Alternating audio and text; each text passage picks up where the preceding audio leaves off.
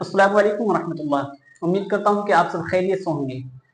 तो dear students, आज हम पढ़ने वाले हैं क्लास 12th के चैप्टर 1 से थर्ड हिस्सा यानी तीसरी क्लास, तीसरा जो क्लास है वो पढ़ेंगे। और किताब का नाम तो आप जानते ही हैं, दरख्शां हिस्सा 2। और आज हम पढ़ेंगे मुसन्निफ यानी शबनम कमाली के बारे में। इस किताब के जो लेखक लिखने वाले कौन है और शबनम कमाली कौन है, कहाँ के रहने वाले थे, कब पैदा हुए, कब उनका इंतकाल हुआ, और दूसरी बात के क्या करते थे वो अपनी जिंदगी में, अपनी लाइफ में क्या किए क्या नहीं किए, उन सब चीजों के बारे में पढ़ेंगे। उससे पहले थोड़ा सा हम हमद खुदाई अज़्ज़ा वजल के बारे में पढ़ेंगे ताकि हमको बेहतर से बेहतर अंदाज में समझ में आ जाए। लेकिन उससे भी पहले हम पढ़ते हैं कुछ बातें हैं, कुछ मानी है, जिसका कुछ वर्ड्स हैं जिसका माने हमको जानना बहुत जरूरी है।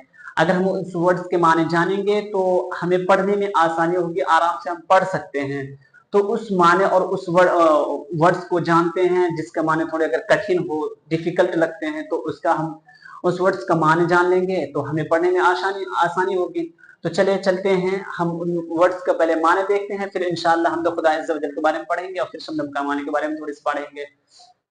तो देखते हैं कि हमद के बारे में हम तो आपको पहले बता चुके थे, तारीफ बता चुके थे बेहतरीन अंदाज में। उम्मीद है कि आप सब पढ़ रहे होंगे और लिख भी लिए होंगे, अपने कॉपी में नोट भी किए होंगे। तो मेन पॉइंट वाली जो बात होगी हम आपको बता देंगे, आप उन्हें अपनी कॉपी में नोट कर लीजिएगा। तो देखते हैं हमद का माने होता है खुदा की तारीफ। हम आपको पहले भी बता चुके थे, हमद का माना खुदा की तारीफ, जहां खुदा की बातें हों उसे हमद कहते हैं। तो यहाँ शॉर्टकट में दिया हमद माना खुदा की तारीफ। और दूसरा है अज़्ज़ वजल। अल्लाह रब्बुल इज्जत के आगे पीछे अज़्ज़ वजल लगा रहता है। तो दूसरा अज़्ज़ वजल यानी इज्जत और बड़ाई वाला, इज्जत और बड़ाई वाला मतलब कि बहुत बड़ी ऊंची शान वाले, तो इज्जत और बड़ाई वाला। और जुलजलाल का मतलब मर्तबा और अजमत वाला, मर्तबा बहुत बड़ा आला शान रखने वाला, और अजमत वाला, अजमत यानी जिसकी इज्जत वक़ार बहुत ज्यादा हो उसी को जुलजलाल, मर्तबे और अजमत वाला, मर्तबे और अजमत वाला। खालिक मतलब पैदा करने वाला। जो दुनिया किसने पैदा किया? अल्लाह रब्बुल इज्जत ने, तो उसे खालिक कहा जाता है। जो पैदा करता है किसी चीज को उसको खालिक कहा जाता है। जैसे कंप्यूटर का मुजिद कौन है? चार्ल्स बेबेज है, तो उसको खालिक कहा जाए किसका? कंप्यूटर का। तो इसी तरह है, अल्लाह रब्बुल इज्जत ने कायनात को पैदा किया, दुनिया को पैदा किया, तो उसको खालिक कहा जाएगा। खालिक मतलब पैदा करने वाला, पैदा करने वाले को खालिक कहा जाता है। दूसरा नज्म मतलब होता है इंतजाम। मतलब यह है कि आपको अगर कोई कह दे कि आप फला चीज ला के रख देना, 3-4 चीजों के बारे में कह दे और आप सारी चीजें ला कर रख दिए, तो वो इंतजाम हो गया, उसी को इंतजाम कहता है नज्म का माना होता है इंतजाम करने वाला। और दूसरा यक्ता मतलब होता है अकेला, तने तनहा, अकेला, तने तनहा, वाहिद, अकेला, ला शरीक मतलब उसके साथ कोई शरीक नहीं, अल्लाह रब्बुल इज्जत के साथ कोई भी शरीक नहीं है। यक्ता मतलब अकेला, ला शरीक। सना का माना होता है तारीफ करना, हमदो सना, हमद मना भी तारीफ करना होता है, सना मना भी तारीफ करना ही होता है। तो यह सना का मतलब होता है तारीफ करना।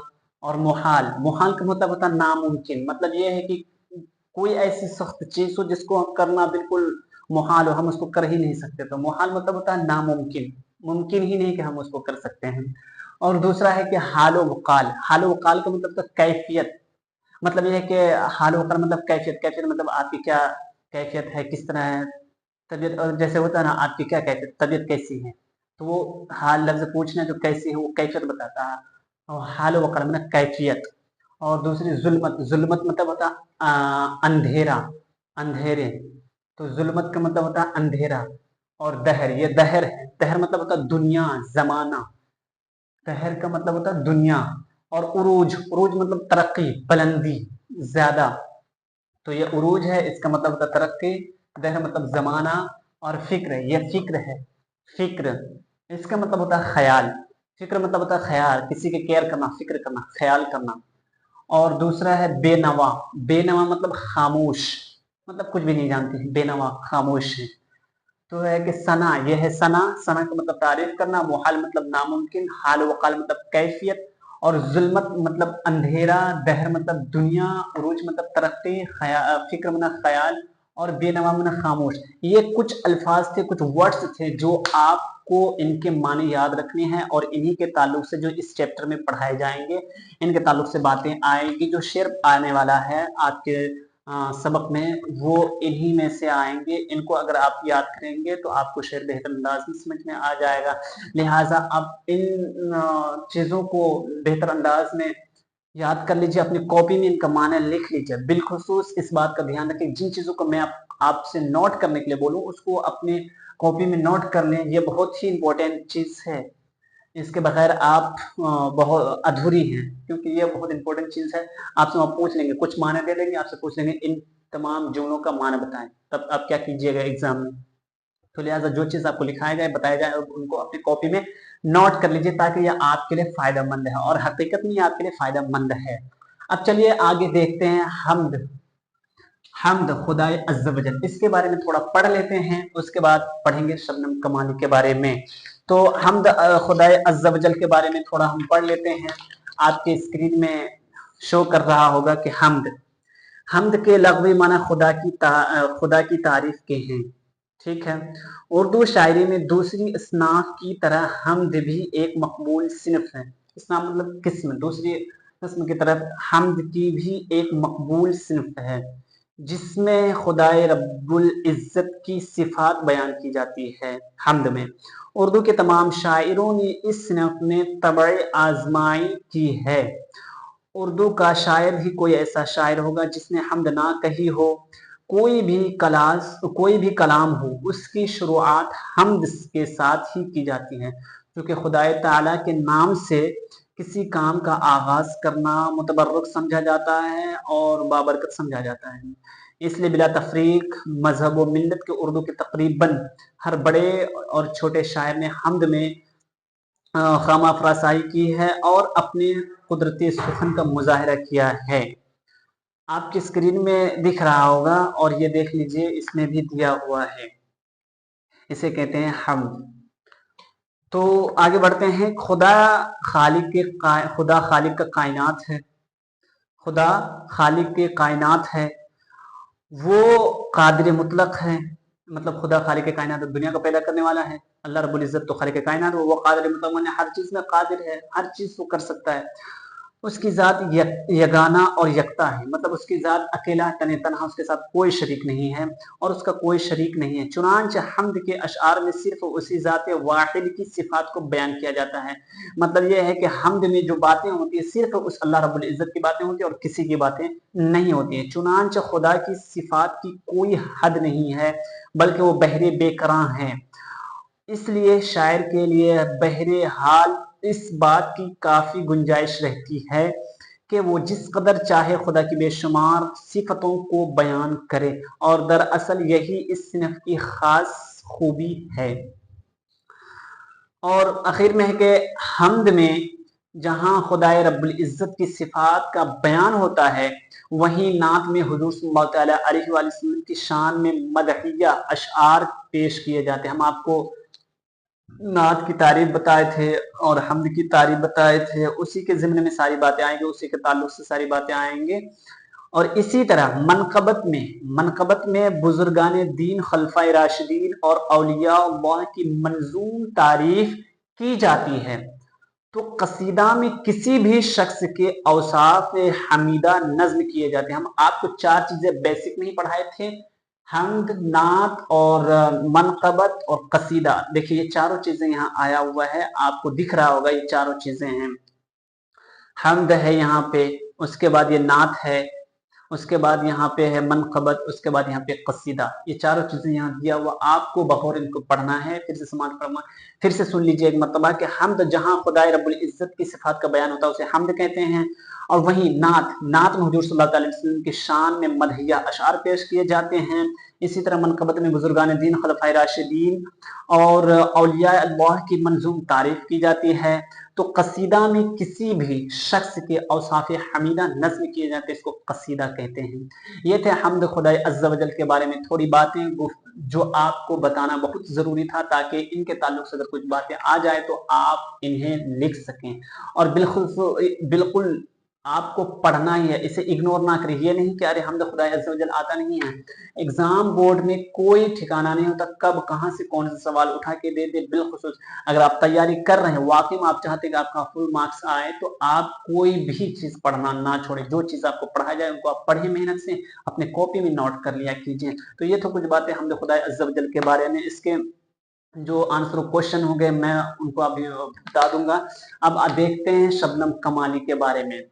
तो दरख्शां की तरसदों के जो मुसन्निफ है, लेखक है, उसका नाम है शबनम कमाली। ये मुसन्निफ शबनम कमाली, लेखक का नाम क्या है? शबनम कमाली है मुसन्निफ का नाम। और उसका असल नाम था, शबनम कमाली का असल नाम क्या था? मुस्तफ़ा रजा है। असल नाम मुस्तफ़ा रजा था। मतलब ये कि अगर आपसे क्वेश्चन एग्जाम को वाले क्वेश्चन में पूछा भी जा सकता है कि शबनम कमाली का असल नाम क्या था, तो आपको फौरन जवाब देना पड़ेगा असल नाम मुस्तफ़ा रजा है।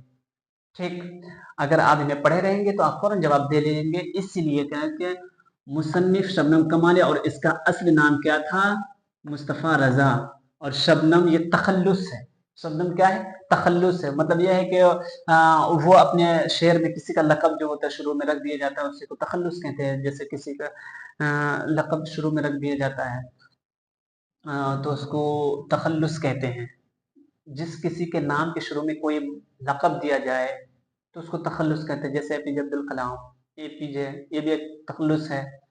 तो इसी को कहते हैं तखल्लुस। शबनम ये क्या है? लफ्ज़ शबनम ये तखल्लुस है, जो अपने नाम के आगे वो इस्तेमाल करते थे, लक़ब है। अब देखते हैं शबनम कमाली की पैदाइश। 22 जुलाई 1938 को शबनम कमाली की जो पैदाइश है, ध्यान में रखें बिलखुसूस, शबनम कमाली की जो पैदाइश है 22 जुलाई 1938 को जिला सीतामढ़ी के पोखरेरा में हुई। जिला सीतामढ़ी के पोखरेरा में हुई।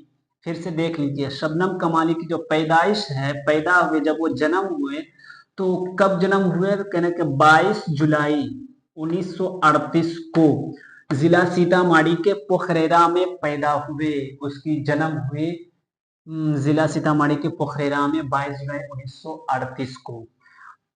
उसके बाद फिर देखते हैं कि उसका जो नातिया शायरी है, शबनम कमाली जो नातिया शायरी करते थे, उनमें से कुछ ऐसे मजमून है जो ज़्यादा मशहूर हैं। जैसे नातिया शायरी में अनवार अक़ीदत, रियाज़ अक़ीदत, ज़ियाए अक़ीदत, फिरदौसी अक़ीदत और सहबाए अक़ीदत।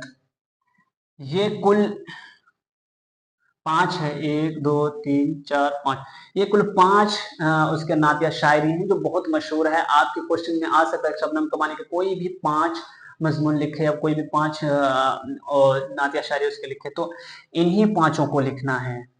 अनवार अक़ीदत, रियाज़ अक़ीदत, ज़ियाए अक़ीदत, फिरदौस अक़ीदत और सहबाए अक़ीदत।